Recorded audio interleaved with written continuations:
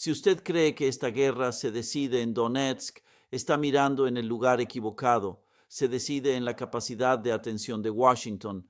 Empecemos con una cifra que realmente importa aquí. ¿Cuántas crisis puede gestionar una sola superpotencia al mismo tiempo? No hablo en sentido retórico, sino operativo. Cobertura satelital, producción de municiones, capacidad diplomática, ciclos mediáticos, disposición del Congreso para aprobar paquetes de ayuda exterior. Todo eso es finito y durante los últimos años toda la estrategia occidental en Ucrania ha descansado sobre una suposición silenciosa que Estados Unidos podría mantener a Rusia como su principal prioridad estratégica de manera indefinida. Esa suposición está hoy bajo más presión que en cualquier otro momento desde que comenzó la guerra. Aquí está el mecanismo y quiero explicarlo con cuidado porque el mecanismo es toda la historia. Cada vez que estalla una crisis en otro lugar, Oriente Medio, el estrecho de Taiwán o un punto de tensión en el Mar Rojo, una parte medible de la atención estratégica estadounidense, de sus recursos de inteligencia y de su capital político, se desvía de Rusia y se redirige hacia ese nuevo escenario, no de forma permanente ni necesariamente por diseño, sino en la práctica. La Casa Blanca solo puede gestionar un número limitado de guerras consideradas prioridad máxima al mismo tiempo antes de que esa etiqueta deje de significar algo. Rusia entiende esto, no necesita descubrirlo mediante alguna brillante doctrina secreta, solo necesita observar el ciclo de noticias igual que todos los demás. Y lo que el ciclo informativo ha demostrado una y otra vez es que el enfoque estratégico de Estados Unidos es un recurso de suma cero. Cuando Irán ocupa los titulares, la cobertura sobre Ucrania disminuye. Cuando Oriente Medio arde, los equipos encargados de Europa en Washington trabajan con menos protagonismo. Eso no es una conspiración, es una cuestión de capacidad, así que esta es la verdadera tesis. El camino de Rusia hacia un resultado favorable en Ucrania nunca dependió principalmente de derrotar militarmente al representante de la OTAN. Dependía de resistir más tiempo que la capacidad de Occidente para mantener la atención, la financiación y la voluntad política concentradas en un solo frente, mientras el resto del mundo seguía generando nuevas emergencias. Irán no necesita coordinarse con Moscú para que esto beneficie a Rusia. Solo necesita seguir existiendo como una amenaza activa y sin resolver que obligue periódicamente a Estados Unidos a desviar recursos hacia otro lugar. Cada dólar, cada misil interceptor y cada ciclo de planificación del Pentágono dedicado a gestionar una crisis en el Golfo es un dólar, un interceptor y un ciclo que no se destinan a Ucrania. Este fenómeno no es nuevo y comprenderlo también ayuda a entender que no es exclusivo de Rusia y Ucrania. Las grandes potencias han aprovechado las distracciones de sus rivales desde que existen las grandes potencias. Observar cómo ocurrió en la historia permite entender mucho mejor cómo está ocurriendo ahora. Retrocedamos a finales de la década de 1930 y principios de la de 1940. Los cálculos del Japón imperial sobre el momento adecuado para actuar en el Pacífico estuvieron influenciados en parte por la forma en que Gran Bretaña y Estados Unidos ya estaban profundamente comprometidos en Europa. Una guerra en dos frentes es la pesadilla de cualquier planificador militar y todas las academias militares del mundo enseñan este principio como una regla básica. Un adversario obligado a combatir simultáneamente en varios frentes es más débil en cada uno de ellos de lo que sugeriría la suma total de sus capacidades. Esto no es una afirmación controvertida, es simplemente aritmética. Los recursos destinados al teatro A son recursos que dejan de estar disponibles para el teatro B, sin importar cuán grande sea la economía o el presupuesto militar de un país. Avancemos hasta la Guerra Fría y veremos la misma lógica repitiéndose constantemente, aunque con actores diferentes. Cuando estalló la Guerra de Corea en 1950, dentro de Washington existieron verdaderos debates estratégicos sobre cuánta atención podía desviarse del teatro europeo, donde se esperaba que ocurriera el principal enfrentamiento con la Unión Soviética para combatir un conflicto que inicialmente era considerado periférico en la península de Corea. Los planificadores soviéticos seguían ese debate muy de cerca. Comprendían que la doctrina estratégica estadounidense de la época estaba construida sobre la idea de un único adversario principal y un único teatro principal, Europa. Desde la perspectiva de Moscú, cualquier situación que desviara recursos hacia Asia representaba una ganancia estratégica neta, independientemente de que la Unión Soviética hubiera tenido o no alguna participación directa en el inicio del conflicto. La invasión soviética de Afganistán en 1979 ofrece un interesante reflejo de lo que estamos analizando ahora, porque muestra qué ocurre cuando la dinámica de la distracción funciona en sentido contrario.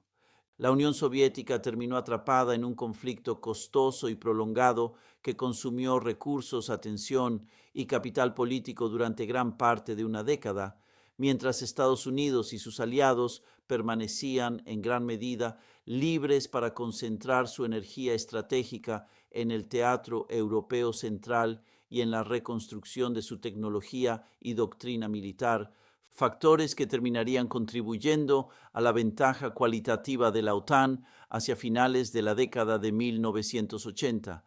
El problema soviético de enfrentar múltiples frentes se convirtió en uno de los factores estructurales que debilitaron su posición antes del colapso del sistema soviético. La lección funciona en ambos sentidos. La distracción es un recurso y quien logra evitar pagar su costo mientras obliga a su rival a asumirlo, obtiene una ventaja estructural duradera, incluso si ninguna de las partes diseñó conscientemente esa situación. Ahora traslademos ese marco al siglo XXI. La guerra de Irak, iniciada en 2003, es uno de los casos más estudiados de una gran potencia que creó voluntariamente su propia distracción. Cualquiera que haya sido la justificación oficial en aquel momento, el efecto práctico sobre la postura estratégica estadounidense fue enorme.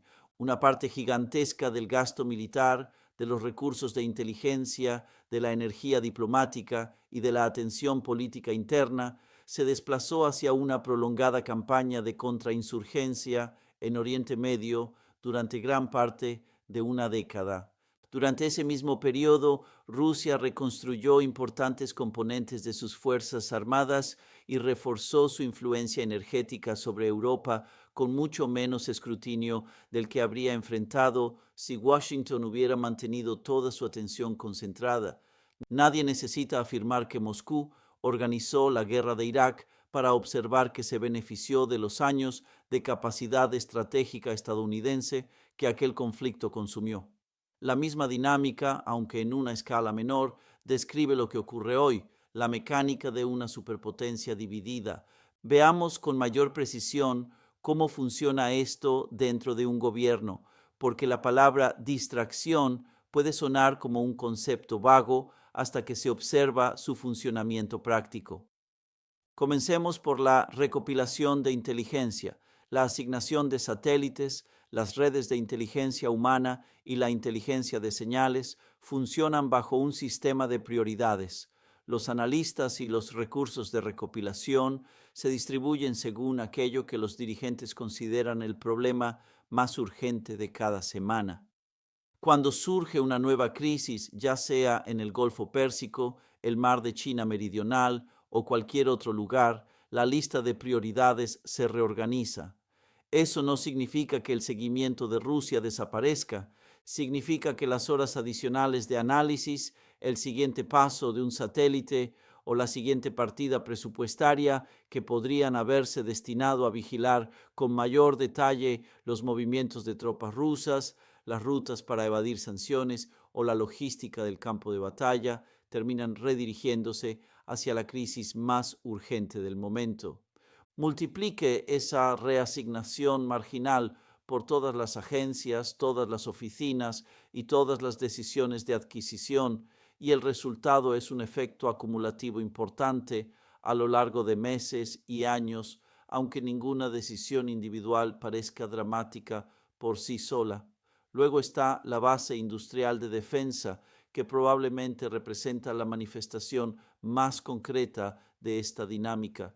Las municiones de precisión modernas, los interceptores de defensa aérea y los sistemas avanzados requieren años para fabricarse a gran escala, no meses. Cuando se abre un nuevo teatro de operaciones y comienza a consumir interceptores, proyectiles de artillería o municiones guiadas de precisión a un ritmo acelerado, ese consumo compite directamente con el teatro, que anteriormente era el principal consumidor de esas mismas líneas de producción. Esto no es una hipótesis. Informes públicos publicados durante los últimos años han señalado repetidamente la escasez de municiones y los cuellos de botella en la producción que afectan a varios escenarios simultáneos de asistencia militar estadounidense.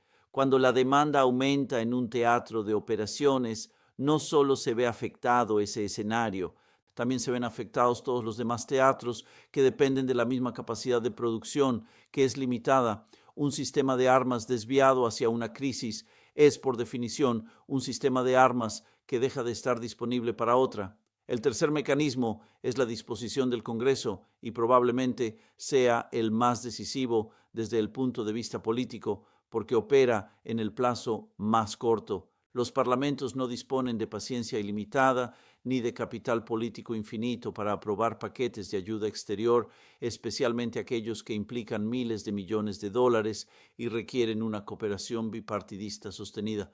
Cuando varias crisis compiten por la misma atención legislativa y por el mismo capital político limitado, basado en el argumento de podemos justificar esto ante los votantes, las asignaciones presupuestarias para un conflicto específico se vuelven más difíciles de aprobar, no más fáciles. Si además se suma una opinión pública que observa al mismo tiempo cómo fluctúan los precios del combustible debido a otra crisis internacional, el resultado es un entorno político interno en el que mantener durante años el apoyo a una guerra lejana se vuelve progresivamente más frágil. No porque la guerra haya cambiado, sino porque la competencia por la atención y los recursos se ha intensificado. Y finalmente está el mecanismo más sencillo de todos, los medios de comunicación y la atención del público. Las redacciones tienen un espacio limitado, los ciudadanos tienen una capacidad limitada para seguir conflictos prolongados.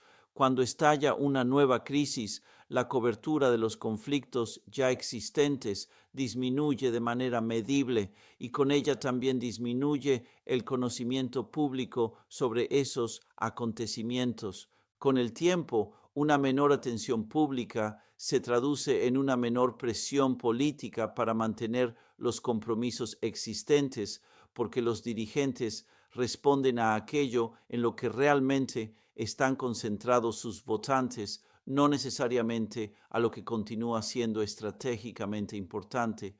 Si reunimos estos cuatro mecanismos, la priorización de la inteligencia, la competencia por la producción industrial, la capacidad legislativa y la atención mediática, obtenemos una imagen coherente de por qué la distracción no es un concepto psicológico abstracto.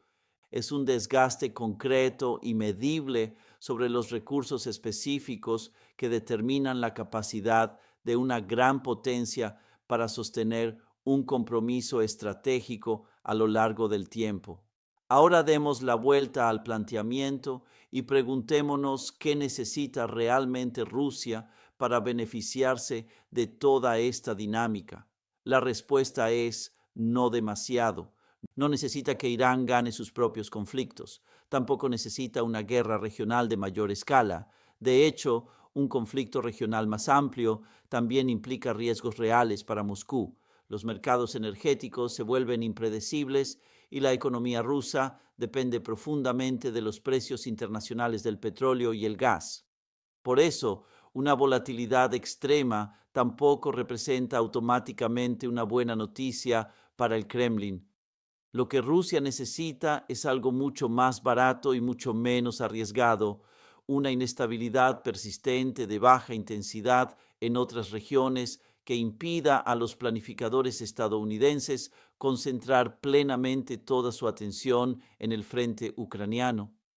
Por eso resulta llamativo que la narrativa oficial rusa rara vez pida una escalada total en Oriente Medio y que al mismo tiempo evite asumir riesgos materiales importantes para provocarla. No necesita hacerlo, le basta con que continúe el actual estado de tensión crónica, porque esa tensión constante genera distracción sin exigir ninguna inversión rusa para producirla. Compare el balance entre costos y beneficios. Alimentar activamente una guerra regional exige recursos, implica riesgos de escalada y podría desestabilizar los mercados energéticos de los que la propia Rusia depende. Beneficiarse pasivamente de una tensión que ya existe por razones completamente independientes de Moscú no cuesta nada y prácticamente no tiene desventajas. Cualquier estratega racional dentro del Kremlin preferiría la segunda opción, y la conducta observada de Rusia durante los últimos años es, en términos generales, coherente con esa preferencia. Apoyo retórico a distintos actores, maniobras económicas y diplomáticas de equilibrio, pero una ausencia evidente del tipo de compromiso material directo que sugeriría que Moscú intenta provocar una guerra regional más amplia en lugar de simplemente aceptar que ya exista un nivel permanente de tensión. Piense por un momento cómo sería para Rusia un Estados Unidos completamente concentrado y sin distracciones. Cada pasada de un satélite sobre la flota rusa del Mar Negro sería analizada casi en tiempo real. Cada envío destinado a evadir sanciones sería rastreado e interceptado con mayor eficacia. Cada esfuerzo diplomático orientado a una solución negociada contaría con equipos permanentes de alto nivel en lugar de depender de quienes queden disponibles después de atender la crisis más urgente de la semana. Ese es el verdadero escenario que preocupa a Moscú. No se trata simplemente de que lleguen sistemas de armas más avanzados a Kiev, ni únicamente de un endurecimiento de las sanciones. Lo realmente preocupante para Rusia sería una atención estratégica estadounidense constante, sostenida y sin divisiones durante años, en lugar de periodos breves interrumpidos por nuevas crisis. La atención continua genera efectos acumulativos, permite desarrollar estrategias coherentes a largo plazo en lugar de reaccionar constantemente a emergencias. Permite que las agencias de inteligencia construyan un conocimiento profundo y paciente sobre la economía, la logística y las capacidades del adversario, debilitándolo progresivamente con el tiempo, en lugar de limitarse a una supervisión superficial provocada por la necesidad de atender 4 prioridades simultáneamente.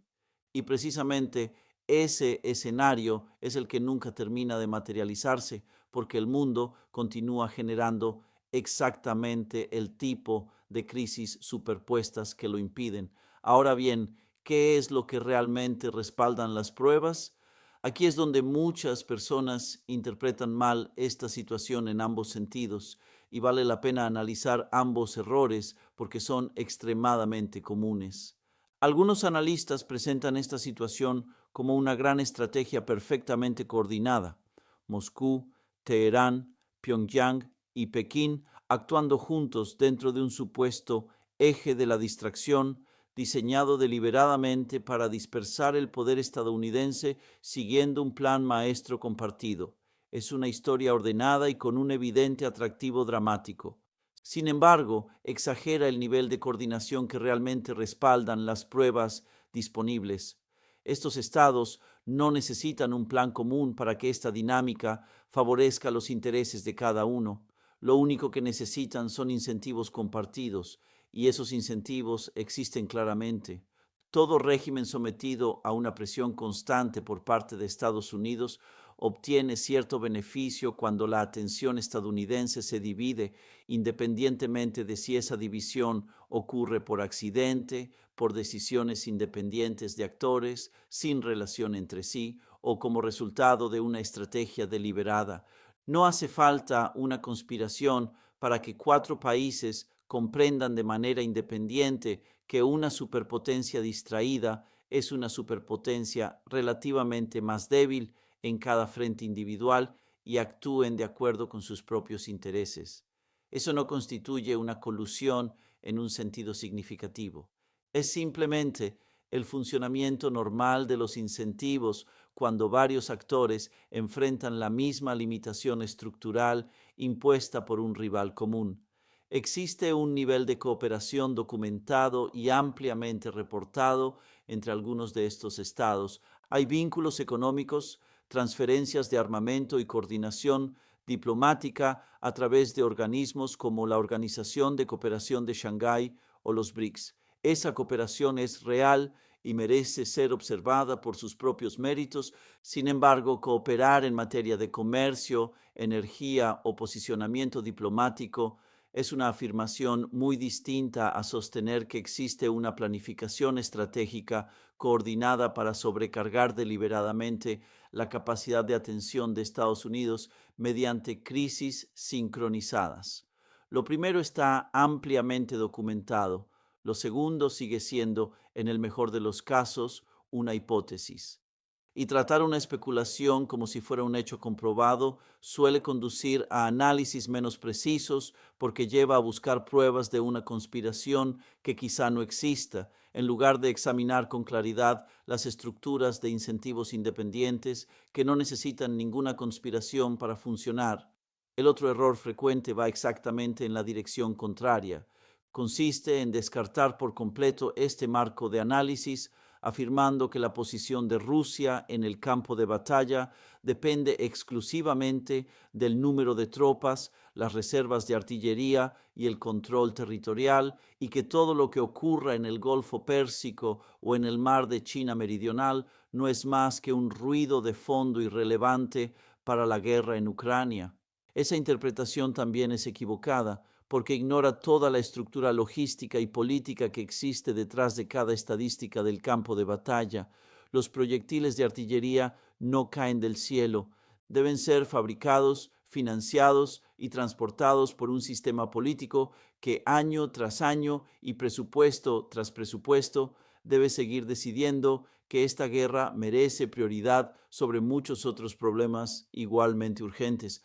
La distracción no modifica directamente la línea del frente, no mueve un tanque ni conquista una aldea por sí sola, pero sí influye en que esa línea del frente continúe recibiendo los recursos necesarios para mantenerse.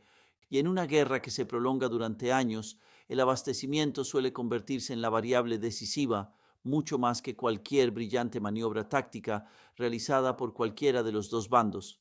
Ahora bien, existe otra dimensión relacionada que también merece atención: la energía y las sanciones. Esta cuestión conecta directamente con la capacidad de resistencia económica de Rusia y muestra que la dinámica de la distracción también opera a través de los mercados, no únicamente mediante la política o la estrategia militar. Los mercados energéticos mundiales están profundamente interconectados. Cualquier inestabilidad en una región importante de producción o tránsito energético suele repercutir casi de inmediato en los precios internacionales. Rusia es uno de los mayores exportadores de energía del mundo y su economía de guerra ha dependido en gran medida de esos ingresos para compensar el impacto de las sanciones y el enorme costo fiscal de un conflicto prolongado. Cuando una crisis internacional eleva los precios mundiales de la energía o simplemente introduce más volatilidad e incertidumbre en las cadenas globales de suministro, Rusia obtiene un beneficio económico sin necesidad de hacer absolutamente nada. Sus exportaciones energéticas adquieren mayor valor y su capacidad para amortiguar los efectos de las sanciones se fortalece. Esto genera una realidad estructural incómoda. La inestabilidad en Oriente Medio, cualquiera que sea su origen o los intereses a los que sirva principalmente, suele crear condiciones en los mercados energéticos que terminan amortiguando indirectamente el impacto de las sanciones occidentales contra Rusia. No se trata de una afirmación sobre intenciones. Nadie necesita sostener que una crisis concreta haya sido provocada deliberadamente con ese objetivo. Es simplemente una observación sobre el funcionamiento de unos mercados energéticos globales profundamente interconectados y sobre cómo una estrategia basada en mantener una presión constante mediante sanciones se vuelve estructuralmente más difícil cuando la inestabilidad internacional termina favoreciendo los ingresos energéticos rusos. La aplicación de las sanciones también depende de la atención disponible. Identificar y cerrar rutas de evasión, rastrear flotas fantasma, controlar socios comerciales intermediarios y detectar mecanismos financieros alternativos exige recursos permanentes de análisis e investigación. Esos recursos compiten con todas las demás prioridades de inteligencia y de las fuerzas del orden que tiene un gobierno, incluida cualquier nueva crisis que domine los titulares ese mes. Un aparato encargado de hacer cumplir las sanciones que trabaja distraído es, inevitablemente, menos eficaz, incluso cuando la política de sanciones sobre el papel permanece exactamente igual.